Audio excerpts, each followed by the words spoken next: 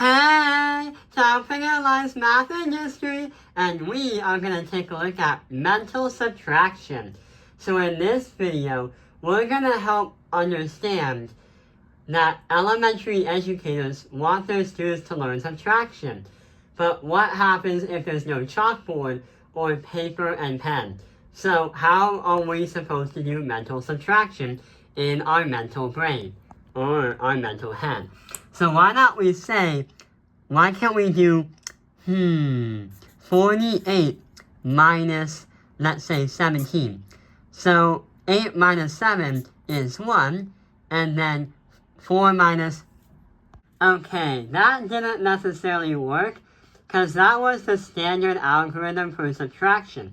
And that's not necessarily mental subtraction, because you're literally memorizing steps in a procedure. So that doesn't necessarily count. So in this case scenario, we have one of the strategies called the missing addend, or also known as the cashier's algorithm.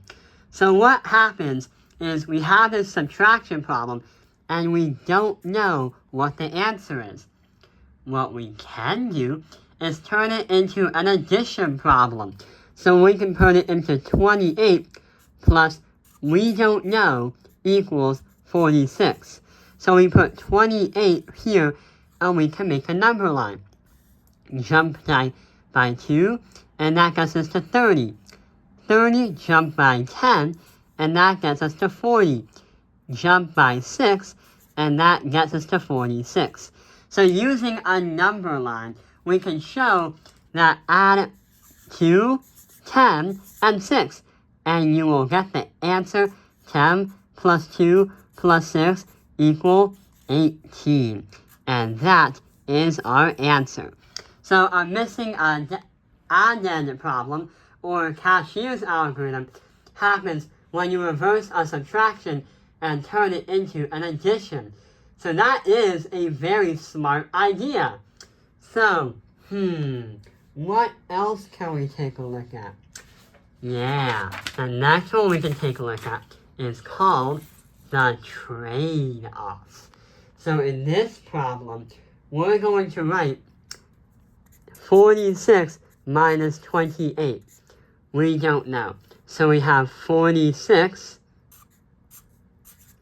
and then minus 28 equals we don't know.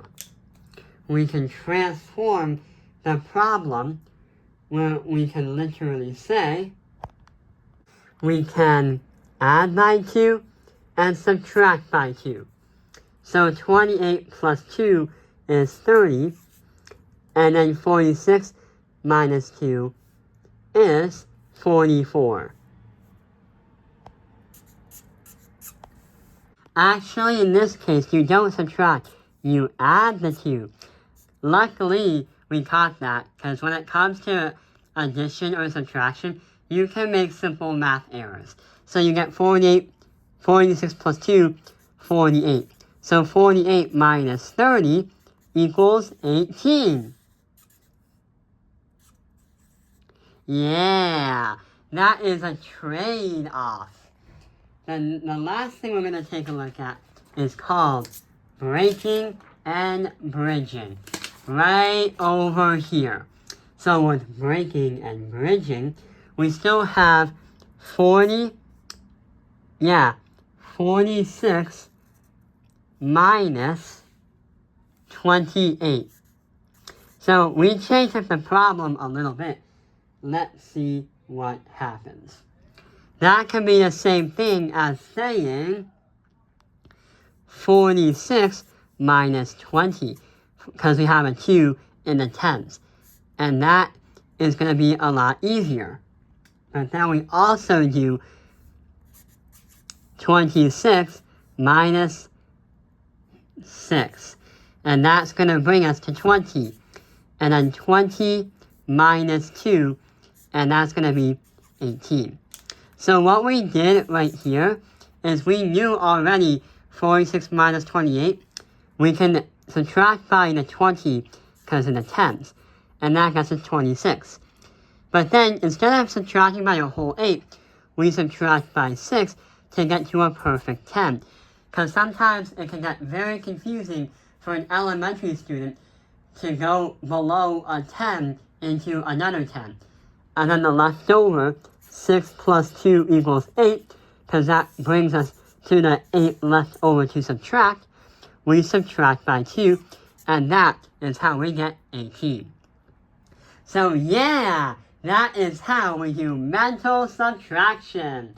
I hope this video has helped you understand mental subtraction. Thank you for watching Taoping Online's Math Industry. Like and subscribe.